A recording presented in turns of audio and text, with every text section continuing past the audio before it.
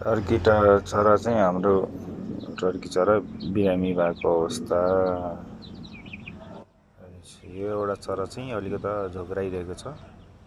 अब यसलाई चाहिँ मैले अब डिएक्सनको टुथपेस्टहरू खुवाउने छु। अब यसपछि त्यो चाहिँ एकदमै राम्रो चङ्गाइ हुनेछ। हेर्नुहोस्, अरू घुमिरहेछ, यो झोक्राइरहेछ है। ल हेर्नुहोस्,